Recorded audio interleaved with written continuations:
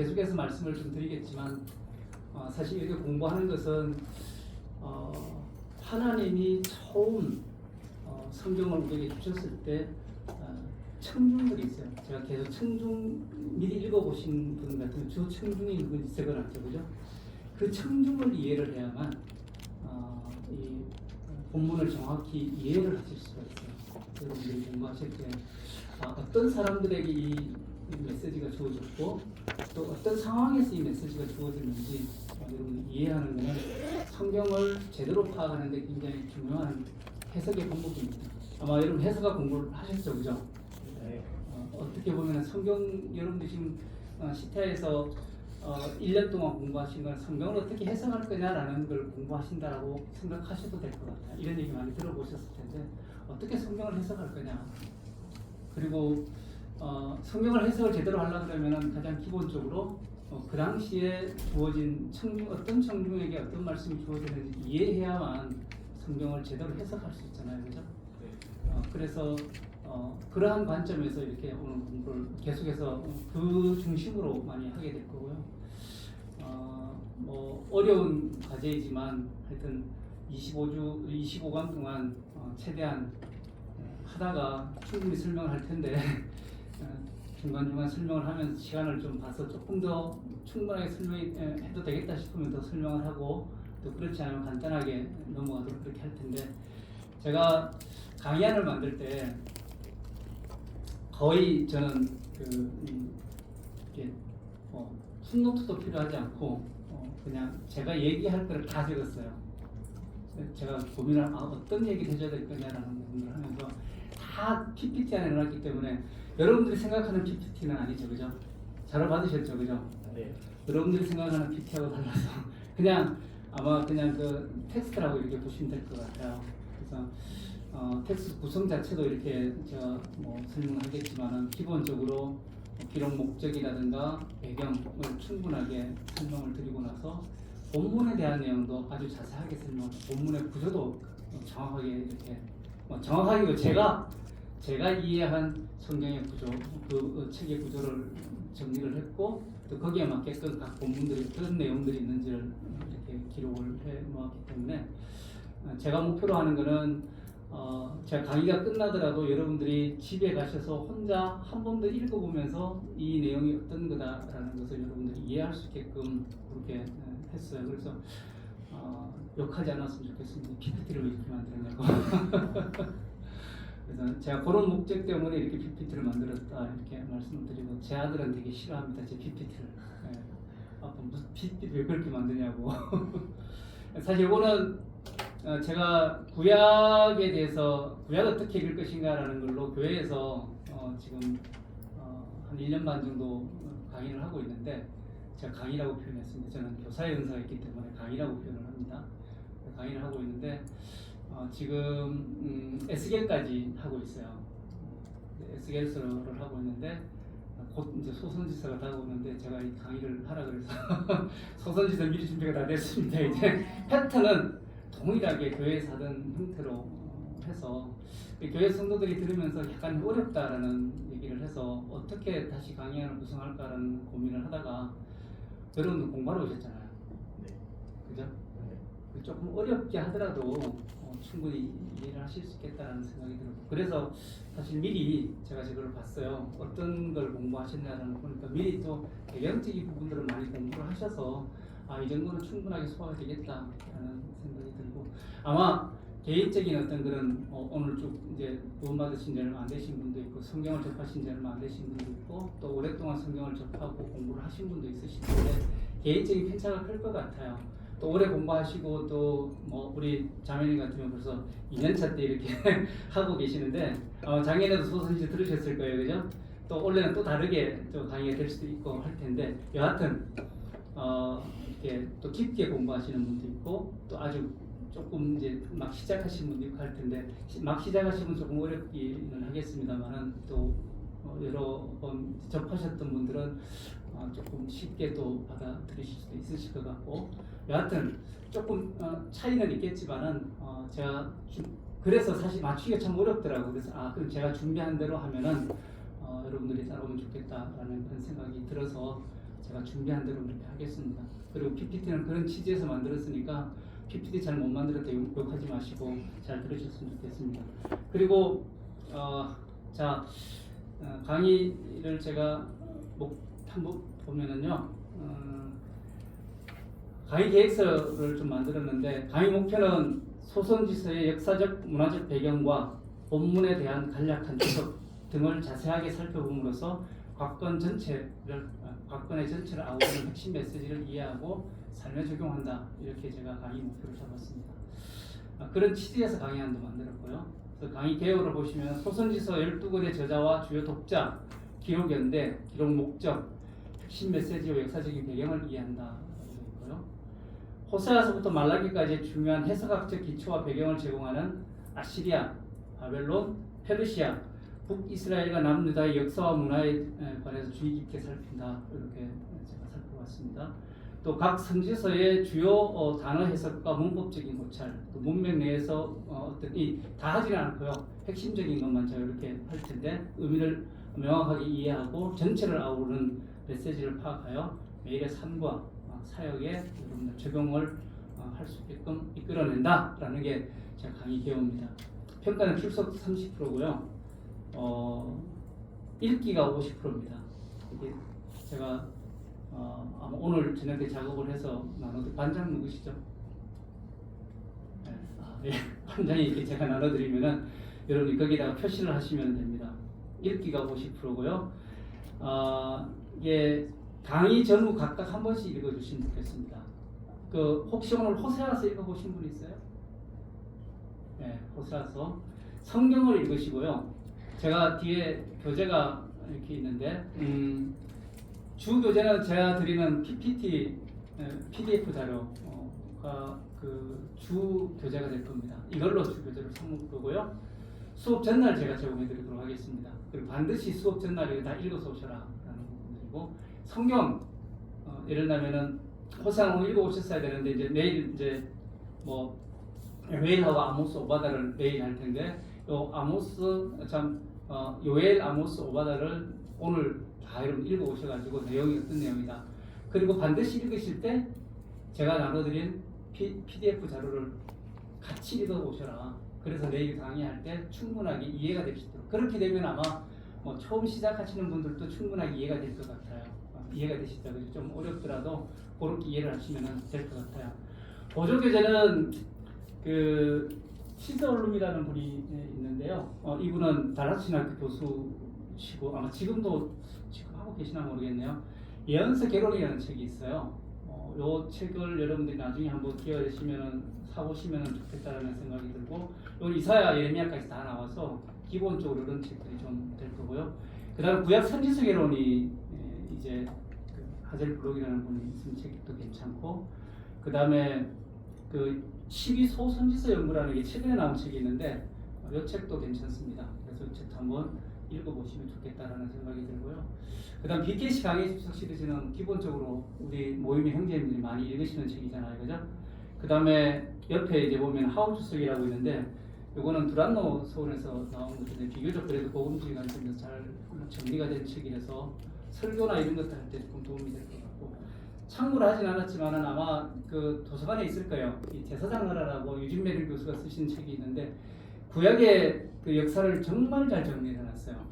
제가 여러분들 나눠드린 연표가 있는데 제가 이 책을 보고 연표를 만들었어요. 그래서 나중에 한번 기회가 되시면 한번 보시면 좋겠고요. 또 하나는 중요한 교재입니다. 이 자료 제가 나눠드렸는데 다 가지고 계시죠? 출력해 오신 분이 2분 계시더라고요. 또 출력해 오신 분이 있어요? 네. 반장님 이거 좀 나눠주십시오.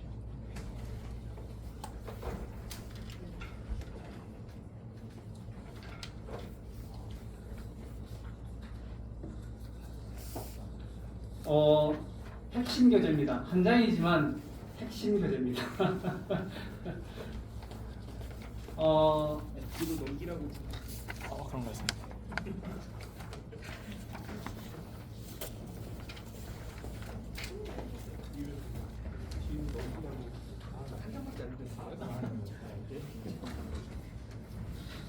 예. 이게 이 이스라엘 유다 이게 왜 이제 다윗하고 솔로몬 시대 때는 통일왕국 시대였기 때문에 뭐 굳이 우리가 뭐 이스라엘이라고 표현을 이렇게 하지만은 아시다시피 솔로몬이 이렇게 죽고 나서 그 아들이 르호보암이잖아요, 그죠? 르호보암이 통치하던 시대에 잘못 판단을 해서 남왕국하고 북왕국으로 나눠지게 되잖아요, 그죠? 분열 왕국으로 이제 시작이 됩니다.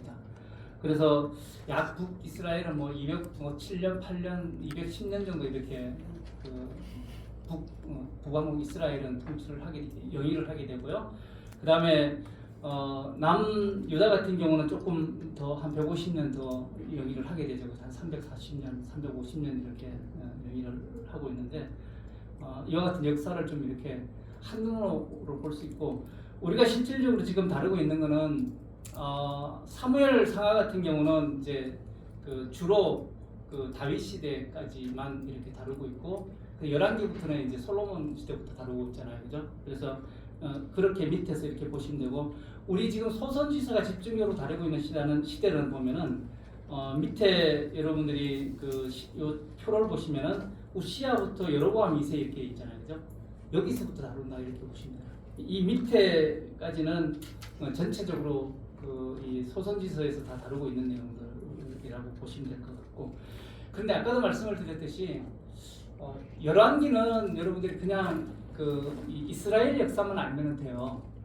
그래서 남왕국하고 북왕국의 역사, 왕들 이름만 알면은 충분하게 이해가 되는데 소선지서하고 대선지, 특히 대선지서도 마찬가지고요. 이사야서 또 뭐 예레미야, 에스겔, 다니엘 다 주변의 국가가 어떻게 되는지 이게 이스라엘만 이렇게 되어 있는 게 아니라 주변의 국가와의 관계에서 어떻게 이 이스라엘이 이렇게 하나님께서 이스라엘 역사하셨는지에 대한 얘기들이 나와 있어요.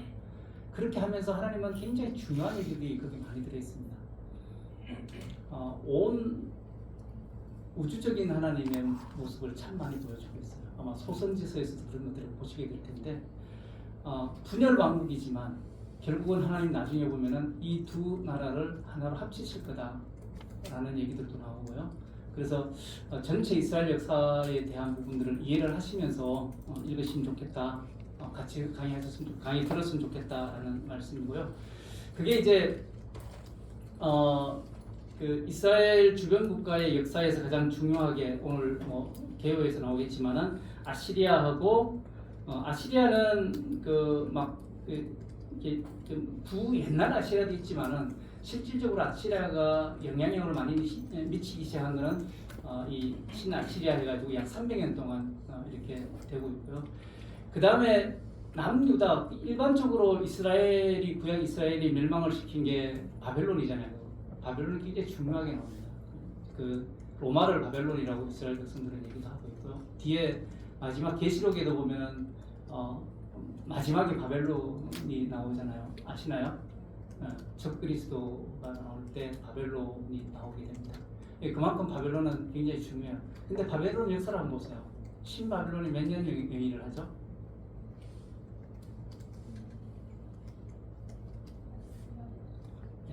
87년? 그죠? 신바벨론은 87년밖에 굉장히 짧게 역사해야 된다. 저는 이거 보고 놀랐습니다. 이 정리하면서 이 바벨론이 87년 동안 영위를 하면서 이게 어떻게 보면 성경 역사에 엄청나게 중요한 영향을 미치는 나라잖아요, 그죠? 이 하나님이 등장시킨 나라라는 게 저는 보게 되더라고요. 그래서 바벨론을 이해하는 게 필요하고요. 그 다음에 포로 후기를 이해하려면 여러분들이 페르시아를 이해를 해야 됩니다. 역사적인 것들을 배경을 놓고 요 연표를 항상 놓고 같이 강의를 따라가보면 좀 헷갈리지 않고 잘 따라오실 수 있으리라는 생각이 듭니다. 네, 교재 얘기는 다 했고요. 교재는 첫 번째 교재가 뭐라고요? 성경. 두 번째 교재 PDF.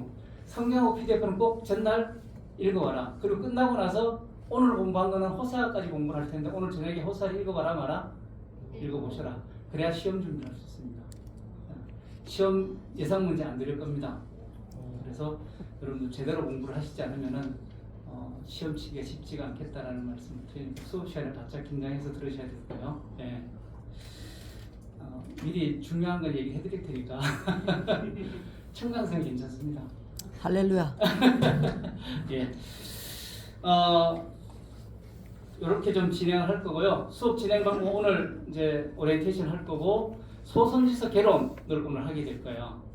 하고 호세아서까지 한 소선지서를 개론은 2시간에서 3시간 원래 3시간을 잡았는데 2시간만 하면 끝내보도록 할 거고요. 호세아서를 한 2시간에서 오늘은 호세아서까지는 끝내도록 그렇게 하겠습니다. 예, 여기까지 질문 있습니까? 네, 없으면은 소선지서 개론 대선지서 하셨어요? 네, 오늘 그 선지서 개론을 하면 대선지서 이야기도 좋으실 거예요. 네, 다음 전체 그러면 선지서가 어떻게 되는지 한번 개론부터 시작을 해보도록 하겠습니다.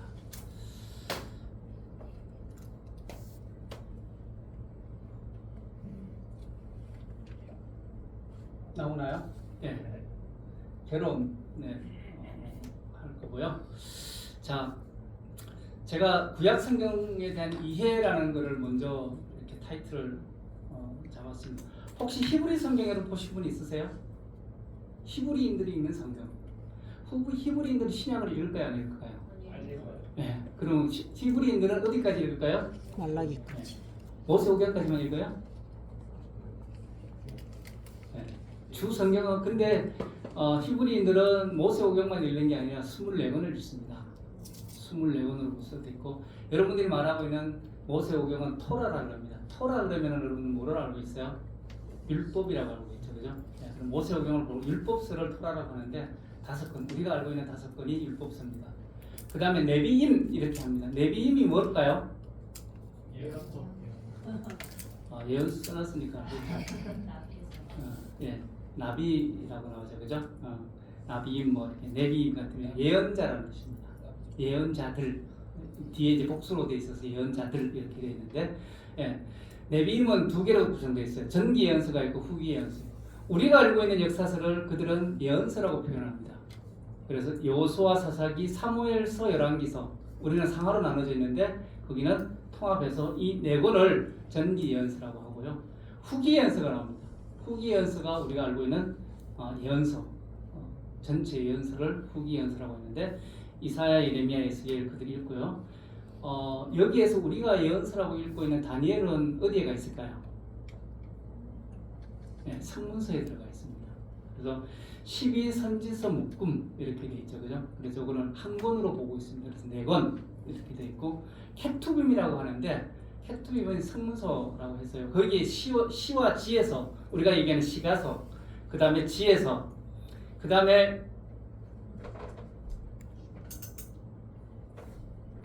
하메시 메길롯이라고 얘기하는데요. 이 보통 하메시 메길롯은 이스라엘 백성들이 그 절기 때 낭송하는 책들이에요. 아가서, 룻기서, 에가서, 전도서, 에스더 이렇게 5권이 있습니다.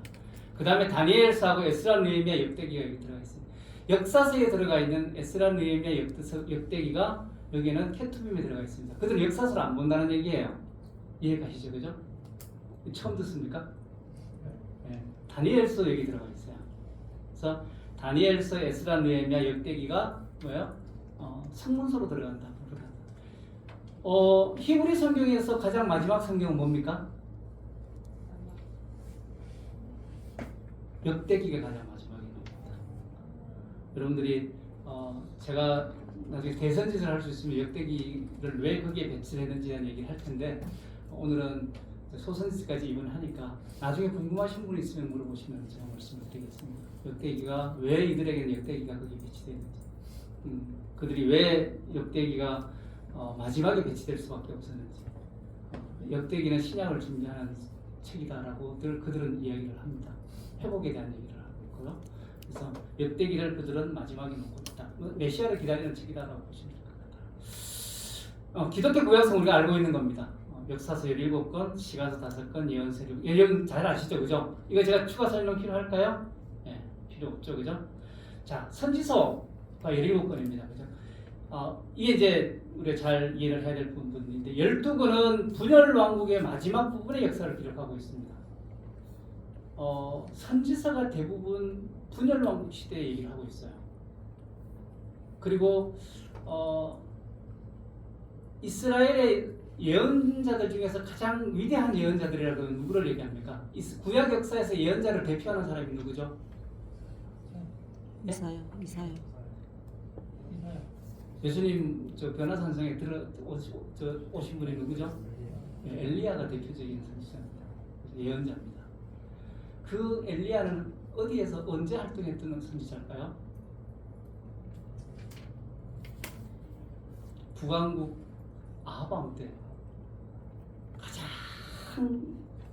힘들고 어려운 시대 때 가장 위대한 선지자가 활동을 했습니다. 하나님 역사가 대단하지 않습니까? 그래서 그 얘기는 어디에 나온다고요? 11개에 나옵니다. 그래서 11개에 나오는데 11개의 이사야하고 엘리야하고 엘리사 본문이 굉장히 많아요. 그래서 그들은 이거를 예언서라고 얘기를 합니다. 왜 예언서라고 불러야 이해가 되시나요? 그죠? 네. 그래서 그렇게 좀 보시면 될 것 같고요. 특히 북이스라엘은 722년에 망합니다. 그죠? 남유다는 586년, 587년 이렇게 얘기를 하고 있는데 앞으로 계속 듣게 될 겁니다. 이 부분들에 대해서 몇 년. 그래서 여러분들이 언제 망했고 언제 했는지는 기억 시험 당연히 나오겠죠. 그죠? 중요한 거니까. 그래서 북이스라엘은 722년, 남유다는 586년에 이렇게 망하는데 왜 그들이 망하게 될 수밖에 없었는지 얘기를 하고 있는 거예요. 예언서는. 이해가시죠? 왜 그들이 멸망할 수밖에 없는지에 대한 얘기를 하고 있고요. 그 다음에 에스겔서하고 다니엘서는 포로기 때 얘기를 하고 있습니다. 그들이 포로 생활을 어떻게 하고 있는지, 그들에게 포로 생활하면서 어떤 희망을 주고 있는지를 에스겔서하고 다니엘은 얘기를 하고 있고요. 세 권이 포로 기한 이후에 써졌습니다. 학계, 스가랴, 말라기가 바로 포로 기한 이후에 쓴 책이다. 이렇게 하면 굉장히 심플하고 좋죠, 그죠? 네. 다시 한번 좀 볼게요. 이제 전체적으로 이 선지서는 이렇게 구분이 되는데 여기까지 하고 다음 시간 해야 되겠네요, 그죠? 이 소선지서 구분은 그러면 어떻게 하냐라는 부분들인데 말씀을 드렸듯이 히브리 성경에서는 소예언서라고 하지 않고 12선지서라고 이렇게 얘기를 합니다. 그죠? 소예언서가 아니라 12예언서라고 이렇게 명칭을 하고 있고요. 12개의 예언서를 하나의 연속된 책으로 편집을 했습니다. 한 두루마리로. 이제 지금은 이렇게 우리가 이제 편집된 책들을 보지만은 양피즈도 편집된 책으로 나오긴 하죠, 그죠? 근데 옛날 책들 같으면 양피즈도 두루마리로 만들기도 하잖아요, 그죠? 이 두루마리로 이렇게 돼 있기 때문에 이게 두루마리로 돼 있다는 걸 읽을 때 생각을 한번 해보시면은 우리는 다 지금 성경책 이렇게 이제는 다 보고 계시겠죠. 여러분 교회에서도 이 성경 보고 있나요? 요즘 교회에서 이 성경책 들고 저 성경 찾으신 분 손 들어보세요. 영성이 깊으시군요. 전 이걸 봅니다. 두루마리가 필요할까요? 그죠? 이 시대마다 성경이 익혀졌던 게 굉장히 다르다는 얘기를 하는 거예요. 이해가시겠습니까? 소예언서도 그들에게 예언서는 그렇게 익혀진 거예요. 그리고 지금은 책들이 나와 있으니까 이렇게 또 이렇게 구분되고 실제 이렇게 편집이 되면서부터 역대기를 어디 넣을 거냐 말 거냐 또 많이 나중에 보면은 이렇게 저게 돼요. 어려운 경우들이 좀 지나간 얘기지만은 성경이 구성되어 있는 것들을 이해하는 것은 굉장히 중요합니다. 그래서 소선지서는 이렇게 되어 있다라고 되어 있고요. 하나로 묶는 이유 자체는 뭐냐면은 실용적인 의도가 있습니다. 말씀을 드렸듯이 묶어 가지고 읽으면 실용적이잖아요, 그죠? 분실될 예방도 없고, 분실될 일도 없고 보관에도 유리하고요. 근데 히브리 전통에서는 그냥 하나의 통일된 예언서로 예언된 메시지를 받기 때문에 하나를 묶어놨다 이렇게 보시면 될 것 같아요. 이스라엘의 실패와 하나님의 신실하심을 증언하는 하나의 이야기다라고 보시면 될 것 같아요. 그래서 전체적인 내용을 보면 심판이 나오고요. 그 다음 해결을 촉구하는 게 나오고 그 다음에 회복과 구원에 대한 약속이 나오고 또 여기에 그치는 게 아니라 소예언서에서 굉장히 중요한 것은 사실 거기에서 그들이 온전히 회복되지를 못합니다.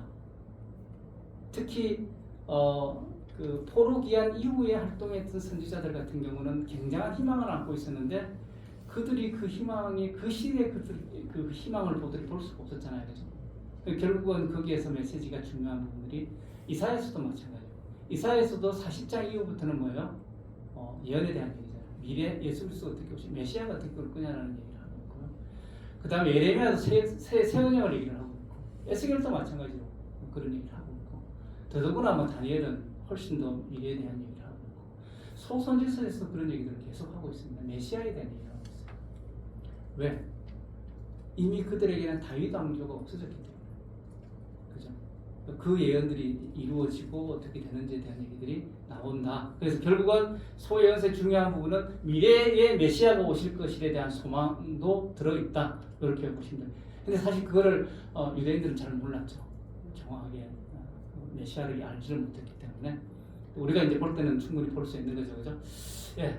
다음 하나님의 역사의 그 언약의 역사를 압축한 예언서다. 이렇게 볼 수가 있습니다. 그러다 보니까 연대순이 아니라 뭐예요? 주제로 묶어서 기록하고 있습니다. 제가 다음 시간에 얘기하겠지만은 이게 소예언서가 연대순으로 묶여져 있지 않기 때문에 여러분들이 연대순으로 이해하는 것도 필요해요.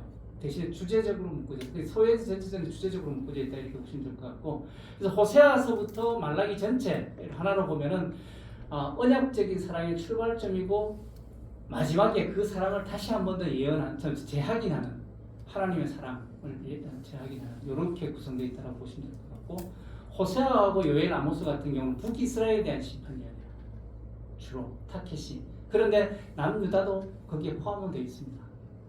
그 다음에 오바다하고 요나 나홈 같은 경우는 이방인에 대한 열방에 대한 심판을 하고 있어요. 오바다는 어디를 대상으로 예언을 할까요? 에돔. 옆에 다 적어놨죠, 그죠? 그 다음에 요나는요, 아시리아 수도가 어디였죠? 니느웨. 퀴즈 여기서. 요나 시대 때에 아시리아의 수도가 니느웨였을까요? 이 퀴즈 역시 아닙니다. 그때는 큰 도시 중에 하나였어요. 나중에 니무롯이라는 곳이 굉장히 큰 도시였는데 나중에 보게 될 거고요. 그 다음에 그 나홈 같으면은 뭐예요? 아시리아가 실질적으로 멸망하기 전. 이 요나 같으면 한 140-50년 전에 너희들이 망하니까 회개해라라는 얘기를 하는 거고, 나홈은 이제 너희들 곧 망할 거야. 이 얘기를 하는 거예요. 그러자마자 아시리아가 정말 망했죠, 그죠? 이렇게 나중에 또 공부하게 될 거고, 그다음 미가, 스바냐, 하박국 같으면 같은 시대에 살았습니다. 남유다가 망할 거라는 얘기를 하고 있어요. 이해가, 요거 구분을 잘하면 되게 좋아요. 이건 다 시험 문제 나옵니다, 이거는. 미가, 스바냐, 하박국. 그 여기에 이사야 선지자가 들어갑니다. 이분들이 바로 남유다의 멸망에 대한 얘기를 하고 있고요. 그 다음에 실질적으로 멸망 시점에 대한 얘기를 하고 있는 사람이 이제 예레미야도 들어가고요. 그 다음에 뭐 스바냐, 하박국도 사실 예레미야 시대 때 같이 활동했다라고 보시면 될 것 같아요. 이렇게 좀 보시면 될 것 같고, 뒤에 이제 학개서가랴 말라기는 포로기한 이후에, 이들이 실질적으로 쓴 시기를 보면은 훨씬 뒤에 써졌다 이렇게 좀 보면 될 것 같고요. 예. 이제 그럼 대선지서하고 소선지서 구분의 기준은 뭘까요? 예? 분량? 종이 안 쳐요? 죄송합니다. 종치셔서 고맙습니다. 여기까지. 예. 다음 시간 하겠습니다. 10분 쉬시고 50분에 시작하겠습니다. 종 찾아야 되나? 종 치기 기다리고 있었는데. 오후에는 종이 안 쓰고. 그래요?